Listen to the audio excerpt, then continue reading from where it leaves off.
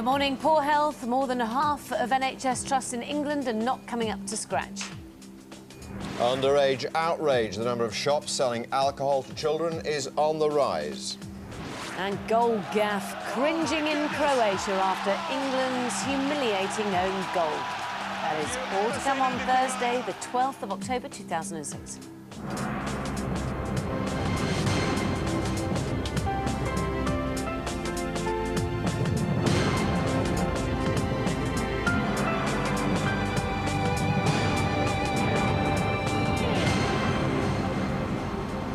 Hello, good morning. You're watching the News Hour on GMTV. It's just gone 6 o'clock and we'll have more on those stories in the next hour. Also, more than 1,000 violent offences have been committed by prisoners who've been let out on tags. But with our jails at bursting point, what can we do with criminals? And we'll go to work on an egg, testing out a cracking invention that will boil your breakfast without using water. But will it be boiling today? Claire can tell us. Hello, good morning. We're seeing one or two showers, particularly across Scotland, Wales and the West Country today. Rather windy across the far northwest of Scotland.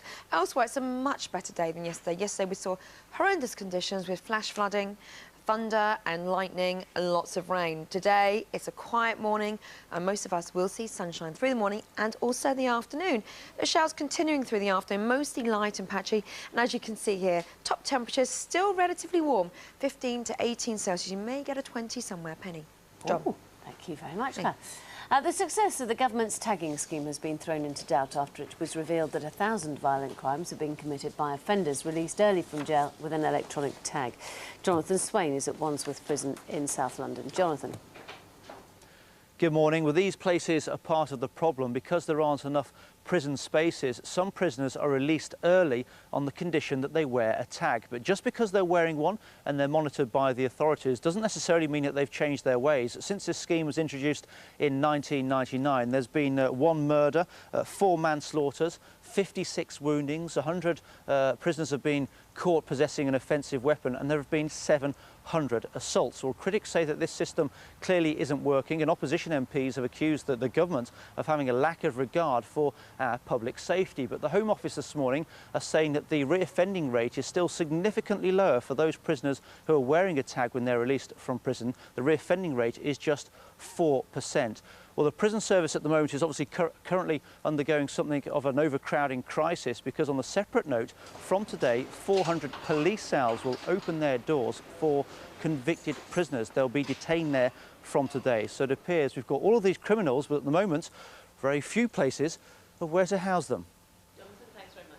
Let's catch up on the rest of the news with Amanda this morning. Hello, Amanda. Hello, John. Good morning. More than half of all hospital trusts in England have been branded weak or in need of improvement. That's according to the Healthcare Commission. Its annual audit has found just 2 hospitals to be excellent in terms of quality of service and use of resources. 24 are weak on both counts. It's the first time a new system to grade hospitals called the Annual Health Check has been used. Police in New York are trying to establish whether pilot error was to blame for the plane crash in Manhattan yesterday. A Yankees baseball star and a second person died when the jet hit an apartment block. Helen Addis reports from New York. Chaos erupted on New York's Upper East Side yesterday afternoon when a small plane, similar to this one, smashed into a 50-storey residential building. Smoke and flames poured out of several apartment windows. For witnesses, the scenes reminded them of September the 11th, 5 years ago. I just saw a ball of flame, and out of that ball of flame falling down was I'm just so scared, you know? Fire crews quickly put out the blaze in the building, and fears of terrorist involvement were soon eased. It wasn't the first time that New Yorkers were gripped by the news of an aeroplane crashing into a high-rise building. However, this time it was on a much smaller scale. Homeland Security, the NYPD, and everybody else involved sees absolutely no evidence of anything relating to terrorism or anything else. At least 2 people are confirmed dead, and officials say one of them is New York Yankees baseball star Corey Lidle, who was on board the aircraft. A tragic accident that's left a black scar on this Manhattan high-rise and on the hearts of New York sports fans. Helen Addis, GMTV News, New York. It's crunch time at the talks over devolution in Northern Ireland. Politicians are trying to break the deadlock over power sharing and policing and keep the multi-party meeting on track. Well, Sue Jameson is in St Andrews, where the talks are being held. Good morning to you, Sue. A few stumbling blocks still in the way. Yes, Amanda, and of course you only need a few, as the history of Northern Ireland peace talks has shown us. Now, the Irish Premier Bertie Ahern, arriving here yesterday, said he thought the conference could deal with what he called a short enough list of outstanding issues. And Tony Blair, who desperately wants this to work as he comes to the end of his premiership, says he thinks that the political will is there. But there is a major stumbling block. Oh, welcome to the Mid-Mansion. Hello, I'm Craig. This is the gorgeous yacht. As the deal maker or breaker here says he won't talk to Sinn Féin about power sharing with them until they talk about policing. He's part of the DUP move on the power sharing. So you see it's a bit of a stalemate there, and that's one of the main things that they're hoping to resolve the issue, being that Sinn Féin regard the police as being prejudiced. There are other things too, like ministerial responsibility and how to transfer powers. But in the end, these are crucial talks because they have to get to an agreement, 100% agreement, by November the 24th. It doesn't leave them a whole load of time, and that's why these talks starting here today are so absolutely crucial if government's to be restored to Stormont, perhaps in the next generation. Sue, many thanks for that. Madonna and Guy Ritchie are expected to confirm within days that they have adopted a child from Malawi. That's according to a spokeswoman for the couple. They're spending time in the East African country to highlight the plight of orphans. It's understood she's adopting a one-year-old boy called Davy, who lost his mother shortly after birth. Now, the truth is out. Table manners are not our strong point. A new survey says we're all guilty of slovenly eating with our fingers, licking our plates and even burping while eating our meals. The decline in standards has been blamed on families spending less time eating together at the dinner table. That brings the time now to 6:07. I'm back at 6:30. It's Penny and John. I remember going round to one friend who actually her father used to lean over, and if you had your elbows on the table, he used to rap you on the back of your knuckles with a spoon. What happened? Those were the days. Yes, exactly. Yes, they were. Let's have a look at the front pages of the newspapers, and the Independent and the Guardian both going on that terrible story about Iraq. The human cost of the war in Iraq much higher than expected, according to a survey. The conflict death rate is equivalent to 1 every 3 minutes, 655,000. They're saying the Guardian has it in even starker terms. 1 in 40 Iraqis have been killed since the invasion. The Daily Telegraph, all these pictures, by the way, on the front page are of some football match with and the goalie apparently not being terribly brilliant. The tagged prisoners free to kill. The tagged prisoners free to kill, storm over early release offenders. Now, there's an interesting bit on this one as well. This report, which actually says that the taxpayer paid more than £8,000 to 2 inmates in compensation for returning them to prison, even though they hadn't actually finished their sentences, because it was wrongly assumed that they had tampered with their electronic tagging devices. You couldn't make it up, as a certain columnist keeps on saying. In my papers. Oh, right. And the Times, race quotas are needed to end the divide in schools, says. Front page of the Daily Mail, Britain's taxes, soaring middle class is being hit, and the story I referred to a moment ago is one about Abu Hamza, who, while being given £250,000 worth of legal aid, apparently found himself able to pay £220,000 cash for a 4-bedroom house, which he's since rented out and earned himself 28 grand. You couldn't make that one up either. She's good to be alive. That's the fire in New York, of course, on the front page of the Daily Express. Daily Mirror features Wacky Jacko, even wackier, apparently dressed as a woman, whatever makes him happy. And on the front page of The Sun, Robbish, as a reference to Mr Robinson last night, the aforementioned goalkeeper, who you're going to hear a lot more about right now. And it is down to you, Mrs Robinson, is the back page which has changed. See, I think it's the yellow outfit, maybe. Maybe it's making you feel uncomfortable. It was a lousy night for England last night, not a very good one for Scotland either. Let's talk about it with our old pal, Paul Elliott. Good to see you, Paul. Good morning, John. Well, what can we say, really? Croatia deserved to win. They certainly did. I mean, John, they've got an excellent home form, not beaten for 12 years. Yes. And a very decent side, but a seriously bad night for England at the office. Yeah. The first goal, De Silva, decent header, but it was bad defensively. Not the tallest man in the world. The ball comes in deep. I mean, he gets between John Terry and Ashley Cole, and there's no way he should really get that header in. Yeah. But he does, and it's an excellent start. And even this situation, freak. Now, I mean, it's a woeful error, but to be honest with you, John, I feel a little bit for Robinson. Up until then, he'd been outstanding, not conceded for 6 games. I mean, it's one of them things that, I mean, it hit an ugly divot, if I'll be honest with you, John, and it took a little bit of an ugly bounce. You see that it just lifts up as it just about to make contact with it. And, but it makes him look a fool, and people would say well, he wouldn't do that if he was half asleep and half drunk on the training pitch, would he? But, I mean, you know, that just sums it all up, doesn't it? Yeah. I agree with you. I thought he played really well. He did, John. He was outstanding, and obviously he's been the brunt of the critics this morning.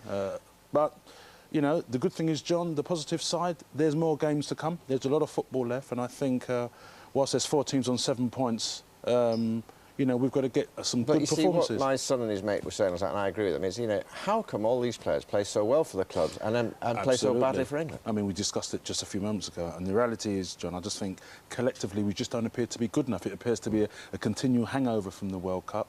We're not keeping the ball, that the system wasn't right, but it's about players. Players win matches, systems are just basis of organisation. Bad news for Scotland, 2-0 down last night. I mean, they were fabulous against the French, you've got to turn and say, and they went there with a lot of confidence, but obviously they got the Ukraine got obviously an early start, and really they had the ascendancy thereafter, and obviously there, I mean, clearly a penalty.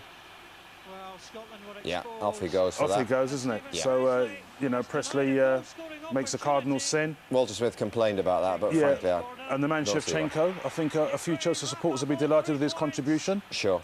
And so, tough luck, Scotland, but as you say, plenty of games to go. And it's still top of the group, John. Exactly. The one ray of hope this morning is Northern Ireland. They're doing terribly well. John, Revival, so impressive. Got a lot of time for Laurie Sanchez.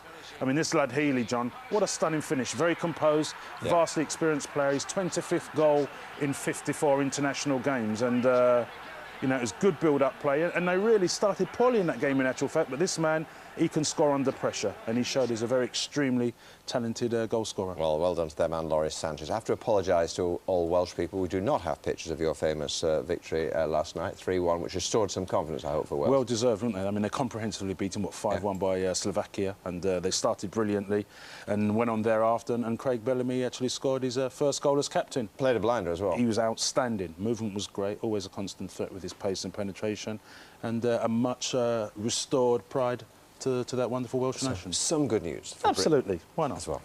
Paul, good to see you. Thanks very much. Time is 12 minutes past 6. The number of supermarkets selling alcohol to children has gone up despite a government crackdown, according to a Home Office report out today. Well, Jackie Campbell's at a supermarket in Gloucester for us this morning. Jackie. Good morning, Penny. Yes, in a 4-week operation by Trading Standards, they discovered that 1 in 3 youngsters were able to buy alcohol in bars and clubs, and 1 in 5 in off-licence premises. Now, the number of supermarkets, as you said, selling alcohol to children increased. Now, I'm at Asda, which actually came off by far the best in this survey. They've got these signs everywhere warning youngsters that if they look under 21, they'll be asked to prove that they're over 18. They only had an 8% failure rate here, but other supermarkets are much, much worse. QuickSave was the worst, 26% failure rate, Summerfield 22%, Morrison's and Sainsbury 20%. There are also big variations around the country. For example, Wales was by far the worst in bars and clubs. There, youngsters were able to buy alcohol in 48% of cases. Last night, we decided to do our own little snapshot here in Gloucester and in nearby Cheltenham, and I went out with 2 17-year-old boys, Bryn and Sam, and this is how they got on. First, we sent the boys into bargain booze, but they were asked for ID and left empty-handed. I went up to the counter and asked for a bottle of vodka, which is behind the counter, and he got it out for us. But then as we went to give him the money, he asked us for ID then. Not so at our next stop, the Co-op. The boys bought bread, crisps and beer. They didn't even ask me for ID at all. We asked the Co-op for a statement. They told us this was an unusual and regrettable incident by a mid-counties Co-op store which contravenes our policy, which is if a youngster looks under 21, we would ask for ID. As a result, we will review systems and proceedings at this store. Next, the one-stop convenience store. This time, the boys left with a bottle of vodka. I stood towards the back of the shop because I thought he looks older. OK. So I let him do it, and he just didn't get ID'd. One Stop said, as a responsible retailer, we take the sale of alcohol very seriously. It's clear that on this occasion, this process broke down. We will make sure staff at this store receive refresher training. Next, Threshers. No luck here. The store was being well supervised. There was a woman supervising on the floor as well as the person behind the counter, and they just asked us for ID as soon as we got to the till. Another off-licence added a bottle of cider to the haul. So my two young-looking 17-year-olds were able to buy all this booze. Well, as I said, if we had been trading standards officers, those stores would have been in trouble. In fact, they could have been fined up to £5,000 or, indeed, had their licence revoked for the very first offence. Now, the government says it's very disappointed with the results of this survey and it says it wants to see real improvements within the licensed trade in the not-too-distant future. Penny. Jackie, thank you very much. Well, joining me now is Subhani Sen, Chief Executive of Alcohol Concern. Good morning. Now, I did a bit of a spot check yesterday, actually, after hearing this story, and I was most adults would say that they actually managed to get drink when they were underage in the olden days. Is it getting worse, or is it just that we're more kind of aware of it now? I think we are more aware of it, but also I think the thing that's really shocking about this is that we're talking about illegal sale of alcohol. And when you're talking about stores like Sainsbury's and Summerfields and Morrison's, many of whom promote themselves on the basis of being quite family-orientated businesses, it's really shocking that kids are able to buy alcohol illegally. Now, when we're talking about kids, though, we're talking about 17-year-olds. A smidge off 18, perhaps, you know. I mean, we're not talking about 10-year-olds here, are we? We're not talking about 10-year-olds, but we are talking about 14, 15, 16-year-olds. And the law is the law is the law. And the law is there for a reason. You know, young kids and children and teenagers, they can't actually take alcohol in the same way as adults can. Their bodies can't cope with alcohol. So the reason the law is there is really important. Should it be compulsory to show ID cards at all stages, like it is in America, for example, where even people my vast age are asked to produce their ID cards? ID cards would be a good idea, and there are various schemes that are currently available which produce bona fide ID, which 18-year-olds can use to buy alcohol. And that's absolutely fine, but it's a lot more than that. Supermarkets, pubs, bars, they need to take their responsibilities seriously. They need to check ID, but they also need to make sure that their staff are trained, that they've got proper disciplinary processes in place if their staff are actually breaking the law. Mind you, they actually tackle it. Mind you, when you talk about tackling it, some youths are quite scary looking, no matter that they're sort of 15, 14, 15, 16, 17. I think you're right, and I think that for a lot of the smaller pubs, the smaller off-licences and corner shops, it can be quite intimidating. Organisations the size of Sainsbury's and Summerfields and Green King pub chains, Scottish and Newcastle pub chains, they are huge, multi-million-pound enterprises. So for them to say that they can't staff their establishments properly to make sure that there's enough backup for those staff not to feel intimidated by young people, there is no excuse for them. Do they need a bigger stick, heavier fines? Well, there are actually quite a lot of powers in place at the moment, and one of the things that's really good is that the police are using those powers more. Powers of closure, powers to apply for their licences to be revoked. And those are the sorts of things that we would encourage the police and the authorities to use more of, because really these businesses have got to get their act together. Subhani Sen, thank you very much. Thank you. OK, time now is 18 minutes past 6. You're watching the news hour here on GMTV, and these are this morning's headlines. More than half of all hospital trusts in England have been branded weak or in need of improvement in a comprehensive audit of services by the Healthcare Commission. The success of the government's tagging scheme has been thrown into doubt after it was revealed that 1,000 violent crimes have been committed by offenders released early from jail with an electronic tag. And Madonna and Guy Ritchie are expected to confirm within days that they have adopted a child from Malawi, according to a spokeswoman for the couple. Why they can't confirm it now is a mystery to me, is maybe a mystery to you. Simple question, really. Yes or no is the answer. Anyway, let's move on to our top story. More than half of the 570 NHS trusts across England are branded as weak or just fair in a damning report by a health watchdog. It's the first time a new system to grade hospitals has been used, and just 2 in the country are ranked as excellent. Doesn't sound good, does it? Well, with me now, the Shadow Health Secretary, Andrew Lansley. Andrew, good morning to you. Good morning, John. In fairness to those hospitals who have staff who do, in the main, a great job, as I'm sure you would agree, the government would argue that one of the reasons this sounds so grim is that the criteria for marking them, as it were, has been increased, and therefore the general standard has been risen. Well, it does need to be a tough measure. There's no point having a measure where everybody is treated as good and you can't actually tell where the relative levels of service are. But I think actually, as compared to the past, if you remember, there used to be a star rating system, and it's perfectly clear now that that star rating system never gave us anything like a decent measure of the quality of the service that was being provided. I mean, there's a number of things in this document. It's the first year of this, so clearly there's going to be a bit of time to find out how successful it is at measuring things. I mean, for example, in my own constituency, Papworth Hospital, people across the country know of it as a world centre of excellence for cardiothoracic surgery. On quality of services, it gets fair, which is actually not a strong rating. So we need to kind of be fair about this. Sure. As I understand it, this survey or this audit actually doesn't actually measure like how good a doctor is at doing a particular surgery. It measures whether there's a system in place to make that possible without breaking the bank. And if you look at somewhere like Papworth, you can see there are questions like how good they are at coding the ethnicity of patients. They're not very good at that. But then there's something else that says they weren't very good at readmitting patients within 28 days if their operation were cancelled, which actually is rather important. So some things are important, other things to patients perhaps are less so. Tell me why, as a patient, I should care about this, because it's difficult for me to have to get something to sort of grab onto and say, well, that means that hospital's good, that means that hospital's bad. Yes. Well, I think actually from the patient's point of view, the thing that is most important in this is that there's a whole measure called how well do they use our resources. And 9 out of 10 of the primary care trusts are only fair or weak on that, and a large proportion of them are weak. Now, that actually means that what this is really highlighting now, in that respect, is that our resources are not being well used by these trusts in the National Health Service. And that, I think we really ought to be very concerned. And it can be argued that if you're not financially managing a place well, then eventually patient care will suffer. Exactly. We're not suggesting it does at the minute. And frankly, it's not just patients, it's staff in the NHS should be concerned about that. The quality of management of finances in the National Health Service is poor, and this report does actually highlight that strongly. Now, your boss, David Cameron, said last week at the Tory Party conference, I was there, you were there, he said, I'm not going to meddle with the NHS, only three letters, that's all I care about, NHS, I use it all the time. He says, I'm not going to meddle with it. So what would you do about this? Well, this sort of audit, would you keep it?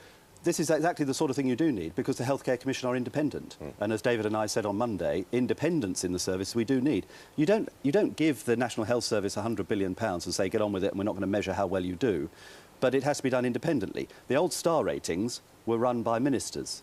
This new set are run by an independent Healthcare Commission, and frankly, you can see the difference. You can see something that is, to that extent, able to tell an honest story rather than a political story. Do I detect faint praise for a government initiative there from you? Yeah, you do, actually, because I spent years saying, don't do this star rating thing which you manipulate to try and just make it look good for the government. Give us something that is more honest. And now, actually, we have a system that is more honest. Good stuff. Good to hear from you. Thanks so much indeed, Andrew. And you can find out how your local hospital fared by logging on to our website, gm.tv. Actually, there's a new book about Wrinkly's wit and wisdom, and I just noticed that Tom Baker says... Are we in it? No, but I should be, and there's almost a picture of me. It's Tom Baker saying, I've just become a pensioner, so I've started saving up for my own hospital trolley. Competition. In which you'll spend most of your time. No, that's not fair. That's not fair. That's not anymore. You see, he should take part in the competition, because then he could win £10,000, and he could be his by the end of the show. It could be yours as well. Shaggers has all the details. Hey! GMTV are giving you the chance to be 10 grand richer. That's right, I could be knocking on your door with £10,000. So for your chance to get your hands on the cash, answer this question. Where is the Isle of Skye? A, Wales, B, Scotland, or C, England? You can dial 09068 100 100. That's 09068 100 100. Or you can text A, B or C as your answer, plus your name and full address to 81149. Or you can enter via the website. Have I mentioned the time at any stage this morning, John? Or? I don't know, but why not? No, yes, I'll do it again. Somebody's getting up just now, so it's worth it. They probably are. It's just I'm sort of getting to that age where I can't remember whether I've said it or not. It's 6:24. There are still 10 weeks until Christmas, or 74 days if you prefer, but for one family in Manchester, the holiday season can't arrive quickly enough. They've already decked out the house with the Christmas lights. Matt Arnold is feeling festive. Are you?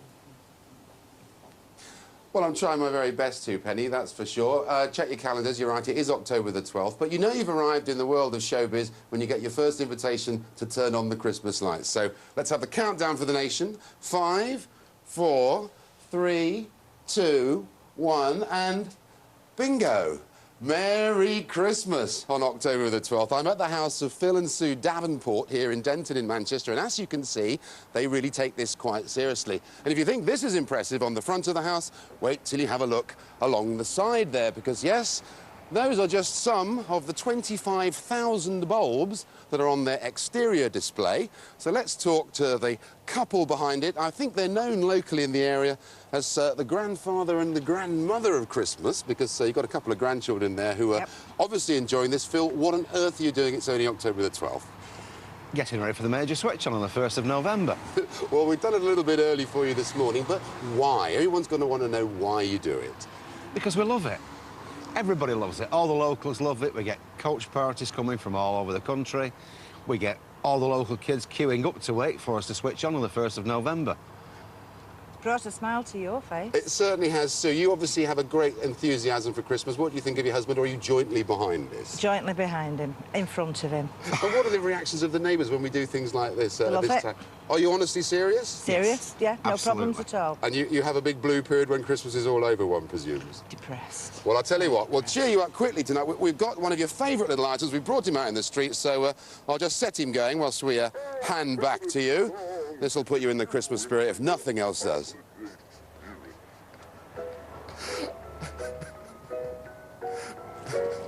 You see, I'm sorry, Matt. Thank you very much, but I think it's wrong.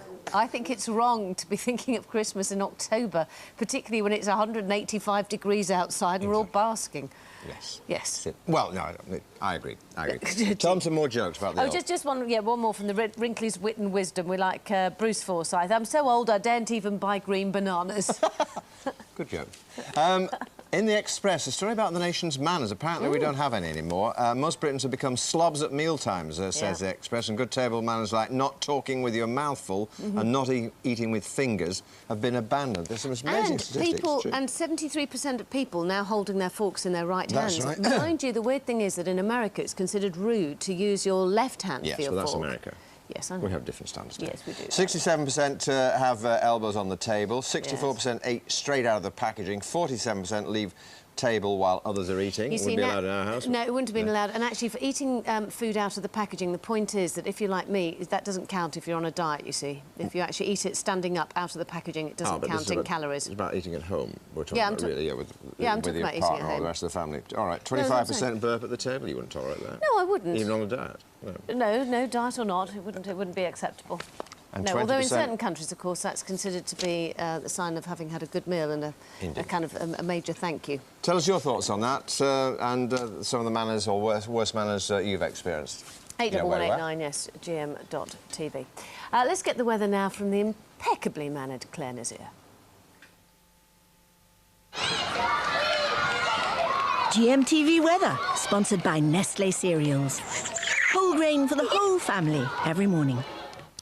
Hello, good morning. I do have some good news for you today. After the horrendous weather yesterday, all the rain, thunder and lightning, I think at least for the next 4 or 5 days, it's going to be mostly dry. I say mostly dry because we have a band of showers which is stretching across western Scotland at the moment, and that actually is producing some heavy showers, and they will be moving from west to east. They're also extending further south through this morning, light and sort of patchy further south. Even so, you can see here we are seeing some wet conditions, but not the horrendous conditions we saw yesterday, which actually affected most of the UK and caused some localised flooding.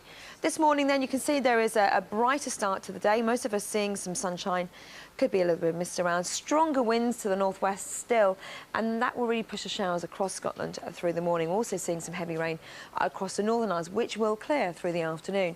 This afternoon across Scotland, a much better afternoon to come. Most of us seeing some sunshine and temperatures not doing too badly at all, 16 degrees Celsius there. Northern Ireland seeing a fine afternoon with some blue sky, as well as southern Scotland and northern counties of England. Watch out for 1 or 2 showers through around lunchtime. Wales, again, seeing a better day, although the cloud coming and going from time to time. For the Midlands, East Anglia, down towards the southeast, it's going to be a warm day. It's going to be another warm day. Temperatures could actually reach around 20 degrees Celsius. A similar situation, if I step out the way, for central southern England, as well as the West Country. There could be a few showers this morning, perhaps 1 or 2 this afternoon. For the Channel Islands, it's going to be a fine afternoon. Temperatures here around 19 degrees Celsius. So tomorrow we start off the day with some fog problems. That's because high pressure is in charge and we are going to see light winds. And the fog could linger across 1 or 2 prone spots, such as the Midlands, the Vale of York.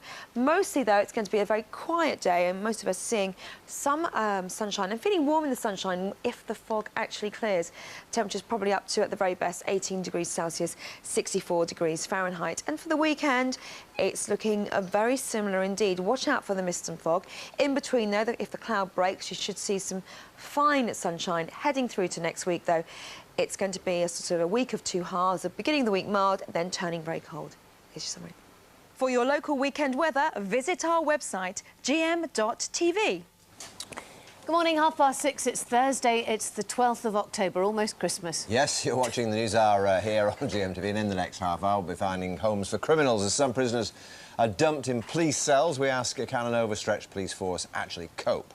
And we will meet the man who can boil an egg without water. I think we've all done it once, but most of us have just ruined the pan. This new contraption, however, is definitely one for the family albumin. Got that, thank you very much. First, more than half of all hospital trusts in England have been branded weak or in need of improvement, according to the Healthcare Commission. Its audit, the most comprehensive ever carried out, has found just 2 hospitals to be excellent in terms of quality of service and use of resources. Rachel Harrison is outside Barnet Hospital in Hertfordshire, run by a trust that's ranked one of the worst in the country. So, on the face of it, not very good news for the patients, Rachel. No, absolutely. This is the most comprehensive study ever to be carried out into the NHS, and it is grim reading indeed. Trusts have been evaluated on 2 points. 1, how they spend their cash, and 2, about the clinical care that they provide. 570 trusts have been looked at in England, and out of those, more than 60%, 342 of those, have been told that they are weak and in need of improvement. They've been graded on a system of 1 being weak and 4 being excellent. Out of those, 24 trusts have been told that they are weak on both fronts of actually making their making their books balance, and also about the care that they provide. And only 2 in England have got the full marks, and that's excellent. Now, the Health Secretary, Patricia Hewitt, has admitted that if trusts are struggling to actually pay for the services, then it will have a knock-on effect for you and I. And if you think that in the last 12 months, the deficit within the NHS has doubled, it's not good news at all. That said, I'm at one of the trusts that has been heavily criticised, and I spoke to a number of people within the community yesterday, and a lot of them said that on the whole they're relatively happy with the NHS. The one thing they did say, though, is that the doctors and nurses seem to be doing the best that they can under difficult circumstances. The question this morning is whether that's good enough. Rachel, thanks very much indeed. Let's get this morning's other news stories now from Amanda. Penny, thank you. Good morning. The success of the government's tagging scheme has been thrown into doubt after it was revealed that 1,000 violent crimes have been committed by offenders released early from jail with an electronic tag. Well, Jonathan Swain is at Wandsworth Prison in South London. Jonathan, good morning.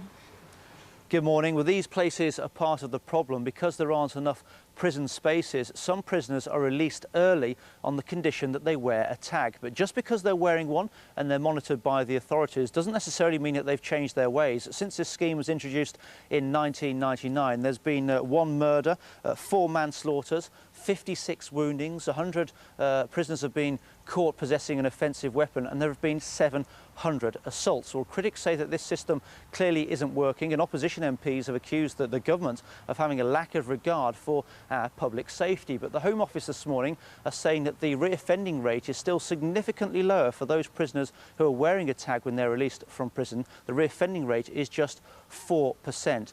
Well, the prison service at the moment is obviously currently undergoing something of an overcrowding crisis, because on a separate note, from today, 400 police cells will open their doors for convicted prisoners. They'll be detained there from today. So it appears we've got all of these criminals, but at the moment, very few places of where to house them. Jonathan, thank you. It's crunch time at the talks over devolution in Northern Ireland. Politicians are trying to break the deadlock over power sharing and policing and keep the multi-party meeting on track. Well, Sue Jameson is in St Andrews for us, where the talks are being held. Good morning to you, Sue. Yet more stumbling blocks. Yes, and I think the aim here is to stop anyone actually falling over. Now, we've got the Irish Premier, Bertie Ahern, arriving here yesterday, saying that he thought there was a short enough list of outstanding issues. So sounding, you know, pretty optimistic there. Tony Blair as well, who really wants this to work as he ends his prime ministership. It's one of the things he's been keenest on all the way through the last 9.5 years, has said he thinks there is a political will. He'd like to see it there anyway, but of course there are stumbling blocks, and the main one here is about policing in Northern Ireland. Now, Ian Paisley, who heads the largest party, the DUP, has said that he won't talk to Sinn Féin about power sharing until they talk about the police. And Sinn Féin, on the other hand, of course, is saying they don't really want to talk about their recognition of the police service until Ian Paisley's party agrees to talk about power sharing. Now, there are some other issues as well. The one about the police is because obviously Sinn Féin regards the police force as prejudiced against them. They're going to be talking about transferring powers and ministerial responsibility. But the main thing here is that they have a deadline, a real deadline of November the 24th, and they have to have 100% agreement by then if government is to return to Northern Ireland, not be governed from Westminster. So this is what they call a window of opportunity. The window's been slammed many times, but they're hoping it won't be over the next 2 days here at St Andrews. Back to you. Sue, many thanks. A video of British soldiers in Afghanistan apparently playing chicken with a low-flying Harrier jet has appeared on an internet website. The footage, which is believed to have been filmed at the Kandahar airbase, shows a soldier, egged on by colleagues, duck for cover as the £40 million plane skims his head at high speed. The Ministry of Defence has dismissed the tape, saying the soldiers are just letting off steam. Now, Take That were among the winners at the Vodafone Live Music Awards last night. They took home the Best Live Return Award for their triumphant comeback. Michael Underwood was also there. Over the last 40 years, the Roundhouse has played host to musical legends like The Doors, Jimi Hendrix and Pink Floyd. Last night, however, it was the venue for the first Vodafone Live Music Awards, celebrating all that's good in live music today. Performances on stage included Girls Aloud, Jamiroquai and Razorlight, and it seems Take That could well be back for good, as they collected the award for Best Live Return. Amazing. Everything just seems to be falling into place. It seems like a dream come true, you know, on a sellout tour and now winning awards for the tour, so it's fantastic. Music fans agree it's about time live music was celebrated in this way. And with festivals and tours becoming ever more popular, it's no surprise that this event would become a major date in the music industry calendar. Michael Underwood, GMTV News. That brings the time now to 6:37. Our next news update is at 7. Now here's what's happening where you are this morning.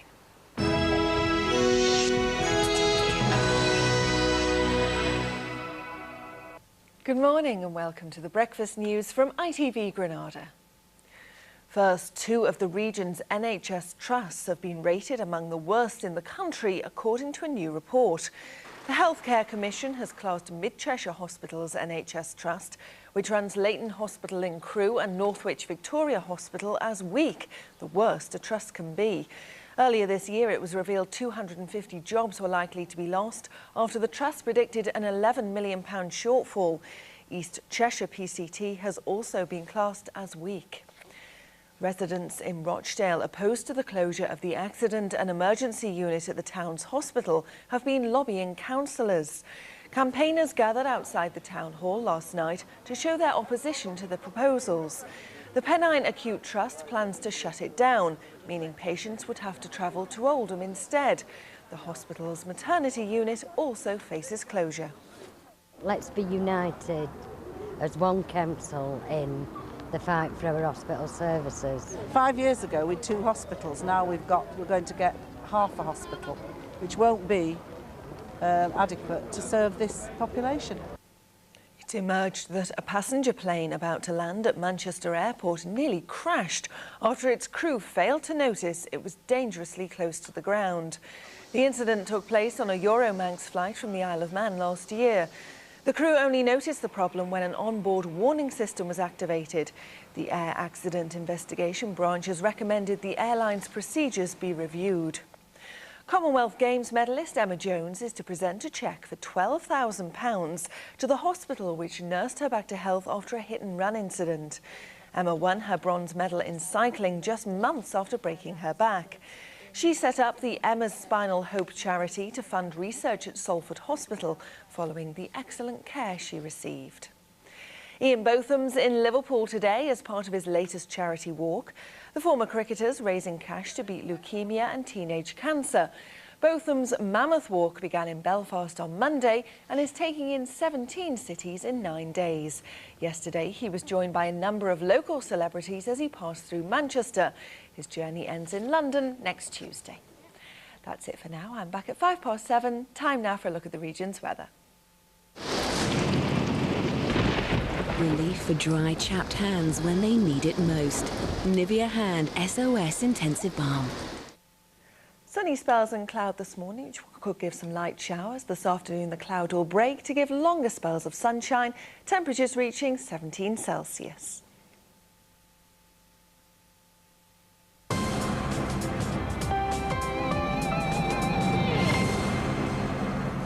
The time is 20 to 7. Let's have a look at the front page of the newspapers, and that's on the front page of The Sun. A football match, apparently, which wasn't very good. Only just. Yeah. Match is probably not the appropriate word. We were no match, yes. Really? OK. We could have lost about 4-0. The Daily Mirror has a strange story. That, apparently, is Michael Jackson.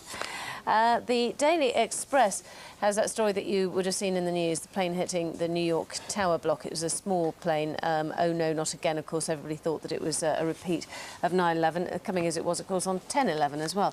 Or 10/11 in American terms, as opposed to us, we're 11/10.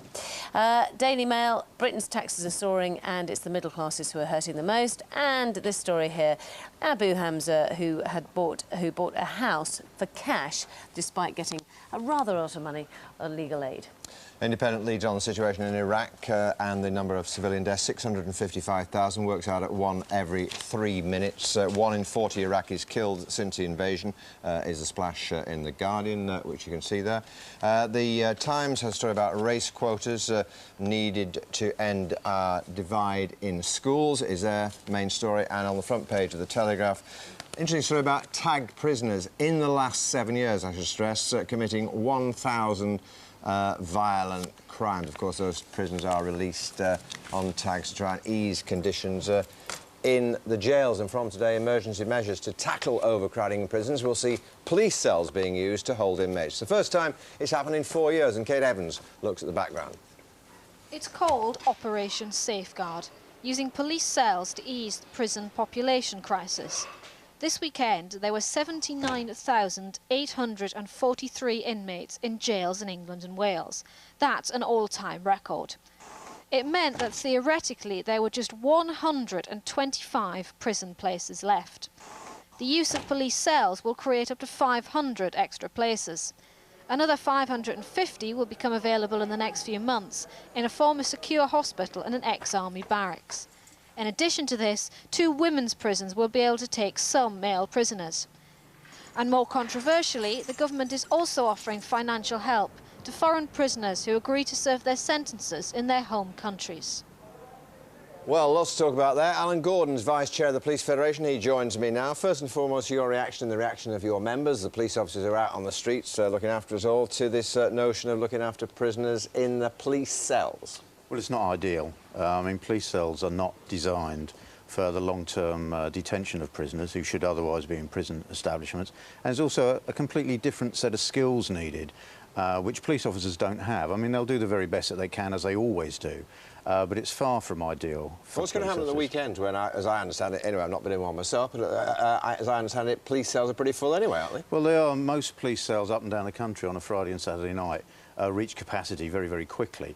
And if some of that capacity has been removed because they've now got Home Office prisoners in them, it's obviously going to have an impact. And my fear is that, you know, police officers are going to have to make judgments about whether they actually arrest people, because if they've got no cells to put them in, it's going to be a difficult decision for them. Well, that's what I was going to come to. What are the implications for the vast majority of us, the law-abiding citizens who expect the police to be patrolling the streets and keeping things quiet and in order?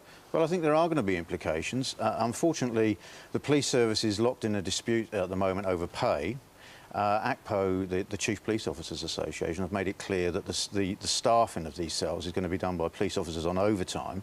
We've yet to see whether officers are going to be that willing to work overtime, because they are very disillusioned over the fact the government are interfering in their annual pay So they rise. can't be forced to? Well, they can be forced to, but of course it's far better to have volunteers, far more you know, to have a willing horse, but yes, they can be forced to. What's your reaction to this notion, controversial notion, that we're going to pay foreign prisoners up to £2.5 grand to go away, to go back home? Well, I think my reaction is probably the same as the general public, sort of amusement that we're going to actually give people money to go back to their own country with no guarantees. Firstly, they're not going to come back and reoffend in this country. But so it's costing £28,000 to keep them here, so you can see the cost-benefit. Well, I can see the cost-benefit, but unfortunately, everything about the criminal justice system now seems to be about cost-benefit rather than effectiveness. This tagging report, I should stress, it's 1,000 violent crimes in the last 7 years committed by people who've been tagged. Suggests the tagging system doesn't work. On the other hand, what's the government to do? I mean, the prisons are full to bursting. They've got to create space, so they're sort of compelled to release some of them. Well, they are compelled, although, of course, the government are saying that our prisons are full. They've been warned for years that we were reaching a crisis with the prison population. One of the alternatives that no one seems to have considered really is building new prisons. And my fear is that our ability to sentence people and deal with criminals is now being dictated by prison capacity rather than the seriousness of the crime. So it's going to take years to build. Well, it is, because they've ignored the warnings. It is now going to take years. But, of course, if they'd started a building programme many years ago, we wouldn't be in this mess now.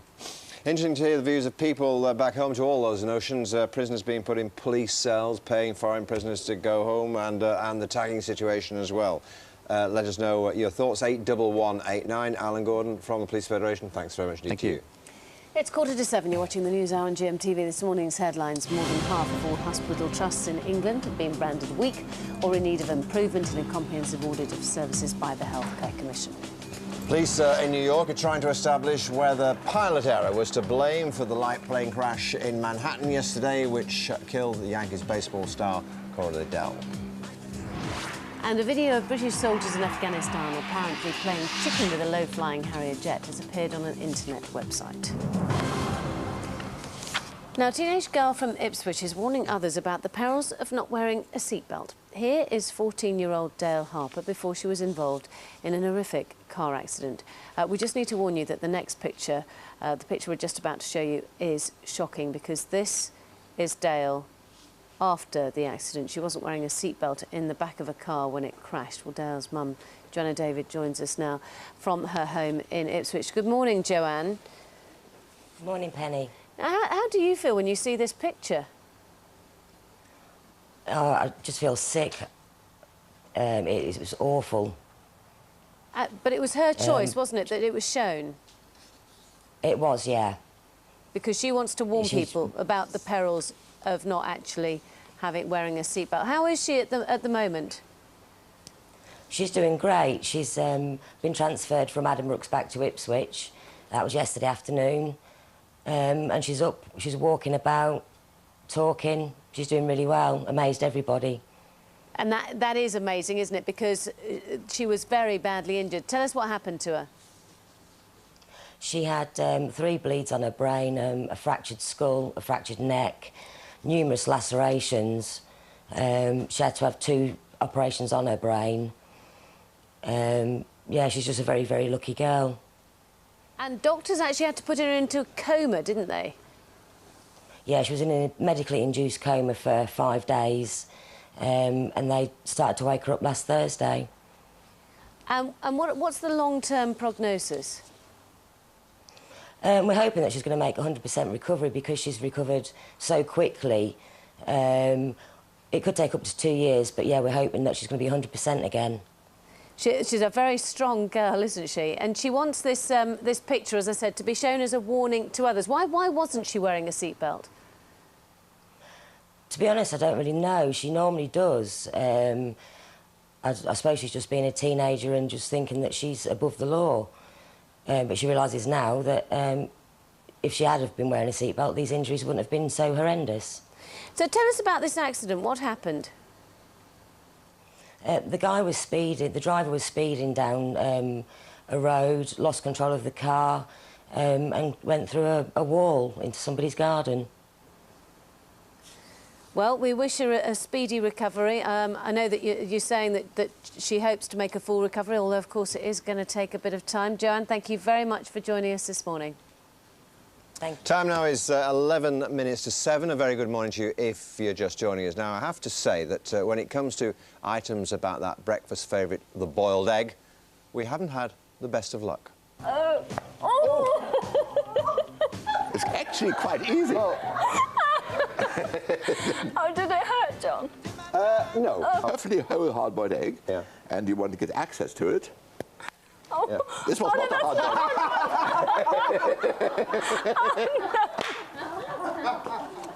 oh, we are so sorry. That's all right. That is priceless. Yes, there I should are explain. so many people lining up to try that every morning. We should explain, we were doing a little experiment. We thought that one of those eggs was hard, and of course we found out to our cost that it was not. Well, we're going to try again this morning, only this time the plan is to bring you the perfect boiled egg every time you want one. Yes, look at this gorgeous, gorgeous, gorgeous item, because this is the culinary conundrum that has baffled even the best chefs for decades. And this little item here, it looks a bit as if it's a bit skew-whiff. Is that all right there? It should be OK. Yeah. This... Oh, there we go. Oh. Now we'll explain all this in a tick, because we're joined by a man who says he's cracked it. Welcome inventor Simon Rhymes, who, while he's at university, I think, Simon, yeah? Yeah, that's correct. Came up with this invention to make the perfectly boiled egg, right? Fingers crossed. OK. Without water? Without water. Now, we started this experiment a little while ago. Explain how your words are failing me. Your invention works. OK, well, by removing the water, the efficiency is greatly improved, because it means you haven't got to heat the water in the first place. So there's no water in this? So it's using a third of the power of conventional methods. And the bulb is literally lowered into position horizontal with these 4 upright halogen bulbs, which reach a surface temperature of about 250 degrees within 3 seconds. Right, so obviously when it's operating, as it was earlier, those lights are on, creating heat. Exactly. Yeah, and it creates heat, and enough heat to boil the egg. Yep. And how long does it take to boil the egg with the benefit of those bulbs? At the moment, it takes around 6.5 minutes, but with a little bit of development, I think I can get that down to somewhere in the region of about 3 or 4. Right. Now, the crucial question for all boiled egg lovers, and I'm one of them, is what sort of egg does it create after 6 minutes? Is it a very hard-boiled egg? Is it a nice runny egg into which you can dip your soldiers? 6 minutes, I would call a standard egg, which for me is an egg which you can dip your soldiers in. The yolk is just starting to form solid around the outside. Is that one ready? Can we have a look at this one? I think that should be ready. And then we take the top off, don't we, first? Yeah, if we've got a spoon and a knife, we're ready to go. And doesn't this machine take the top off for you? It cuts the top perfectly. You just need to lift the... Can you do that for us? I can do that for you now. Well, watch this. We hope that this is one egg experiment that does actually work, unlike the last ones we've tried on. Well, nearly. We haven't quite got... Oh, is that what... Oh, no, it should happen that way. All right, I got it. So that comes off. This comes off like so. Now, we need to see that. Let's have a look. Whoa! Stomach crumbs. Very hot too. Is that a little hot, John? That's along with my other mistake was actually putting my fingers on an exhaust pipe of a car one day. But in the same way that's hot, this is too hot for me to lift with my hands if we've got a... so tissues, hold on a second, John. Any tissues down there? I can go for a soldier of bread. Maybe you can use a bit of a soldier. Here we go. Take it off. Just lift this mass up through 5 centimetres. That's an unusual use for a soldier. Yes. Tissues? Dropping that down onto the... Tissues? Does that help? No, it's all right. Watch like this. so. What's supposed to happen now? That there's an enclosed cutting ring around the inside of that perforating bell, which cuts through the shell perfectly, but not any of the egg. Right. So that when you slide the knife in there now, you can lift the shell off, leaving the entire egg on there. Yeah, if we've got a egg cut for me. Let's just be on your right-hand side. All right, brilliant. And a knife. Okay. It only does one egg at a time, I'm assuming. Yeah. So if you've got 6 people... It does require a bit of patience, doesn't it? Not all the time, but fingers crossed. I see. Hey, very impressive. Yeah. So that now... There you are. And look at that. That's my kind of an egg. That's Penny's kind of an egg. Great. Yeah. No bits and of shell in the egg. Just demonstrate the soldier dip for me to make sure that we've got the... That is... Excellent. Look at that. Marvellous. Bravo, Simon. Well done. Excellent. Now, you're going to make a million out of this. It's quite a handsome little item, isn't it? Although it's very hot. How much is it going to cost if I want to buy one? Difficult to say at the moment, but in the same way that you can buy a toaster for £5 or £40, the technology will be adaptable to any range of appliances. There is competition on the market, isn't there? 3 or 4 others of a similar nature. Similar nature, but... Dragon's Den featured one, didn't they? He did, yeah. Yeah, and he got some money to do that. Yeah, which is always encouraging, but... Indeed. fingers crossed somebody will want to give me some money as well. Excellent. Well done. Very Thank you interesting, very much. and it does work. First egg experiment I've ever done that Hey, you worked. could have it with wild tomatoes. Apparently we're heading for the hottest October ever, and they've even got wild tomatoes growing by the side of the A2. How marvellous is that? You can do Fantastic. that. Just before we go, Thanks, Sam. one final line from the Wrinkly's Wit and Wisdom book. Harry Hill saying, I knew I was going bald when it took longer and longer to wash my face. That is it from us. Kate and Ben here next for GMTV Today. Yeah, Cheggers will be giving you the chance to win 10 grand and goodbye as many of these as you like. But first, it's the weather with Claire. Well done. Is that egg hot, then? It is, yes. So maybe I can eat that egg.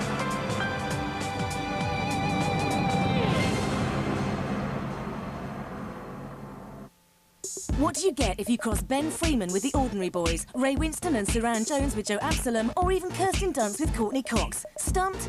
How about if we got Michael Underwood to record a new song with Andy Abraham and Ben and Jenny were also in the studio? It's a jam-packed entertainment today, that's what it is. Tomorrow on GMTV. Gonna take a breath now. Did you just see the way he looked at you? I think he's going to ask you, you know. He's going to get booted out as a malingerer any second, you mark my words. This place used to run like clockwork under Mr. Carnegie's regime. It is rapidly becoming a shambles. The battle is far from over, Doctor. Now, please let us get on with our work. They see everything. He sees nothing. The Royal returns for a brand new series, Sunday at 8, ITV1. Great. Always look on the bright side of life. The South Bank Show reunites the Pythons. You're using coconuts. You're banging two halves of coconuts together. Well, you know, that still makes me laugh. As the musical Spamalot debuts in the UK. We were sort of seen as very irreverent and naughty and even wicked. The South Bank Show profiles Spamalot. Where nothing else is silly like this. Sunday, 11:10. ITV1. After a year's absence, 3 times Grammy Award winner John Legend is back, bigger and better than ever. John Legend, Monday on GMTV. GMTV weather, sponsored by Nestle Cereals. Whole grain for the whole family, every morning. Hello, good morning. Now, I've got some good news for you. Yesterday, obviously, was a really bad day weather-wise.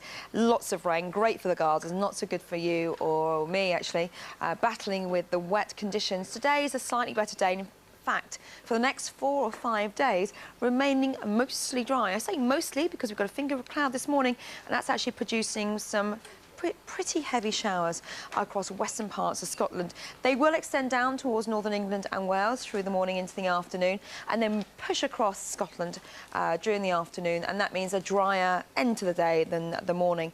Even so, most places this morning seeing a dry start and also some sunshine. You can see here, still very breezy across the far northwest. Elsewhere, the cloud is broken and you are seeing a little bit of blue sky as the sun rises.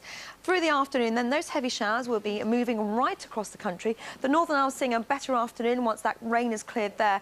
And you can see here, generally, it's going to be a fine afternoon. Watch out for the wind, though. The wind very strong coming in from the south. Temperatures then, respectively, up to around 15 or 16 Celsius. Northern Ireland having a lovely afternoon. 1 or 2 showers likely for southern Scotland and northern England. Again, they should clear, allowing the cloud to break up and further spells of sunshine. A similar situation for Wales. Again, the cloud coming and going through the day, but most of us seeing some bright condition right the way across the Midlands, East Anglia, down towards the southeast, where you can see temperatures could actually reach the dizzy heights of 18 or 19 Celsius, perhaps even a 20 somewhere. Central southern England seeing a fine afternoon as well, and a much better afternoon to come for the West Country, although there could just about be a shower, and temperatures here 18 or 19 Celsius. And then over the next few days, what's happening? Well, yeah, tomorrow is going to be a very quiet start to the day, and the problem we're going to face over the next few days is mist and fog. Due to the light winds mostly, the fog will be slow to clear because now it's October, the sun isn't very strong despite the fact we are having some high temperatures. And so through the day it could be a bit misty, murky. However, where you do see the sunshine, temperatures could actually reach probably around, I'd say around 16 or 17 degrees Celsius. So a fine afternoon to come tomorrow. And then for the weekend, it's a similar scenario really. Most places remaining dry. Watch out though for fog, which will be slow to clear and could cause some problems on the road. Here's your summary. Check out what the weather will be like this weekend on our website, gm.tv.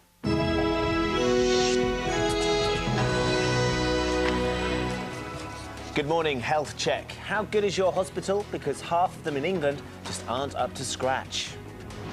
Underage outrage. The number of supermarkets selling alcohol to children is on the rise. And I'm no monster. Mel Gibson speaks out about his drunken anti-Semitic outburst. That's all to come Thursday, the 12th of October, 2006.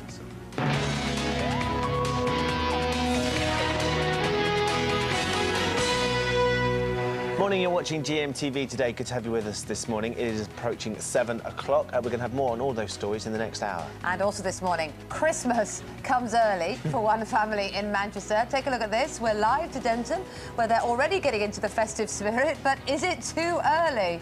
I should think so, but let us know what you think. Text us on 81189 or email us at gm.tv. Never too early for Christmas. And Cheggers is getting ready to wake someone up with a cheque for £10,000 as well. But first, the success of the government's tagging scheme has been thrown into doubt after it was revealed that 1,000 violent crimes have been committed by offenders released early from jail with an electronic tag.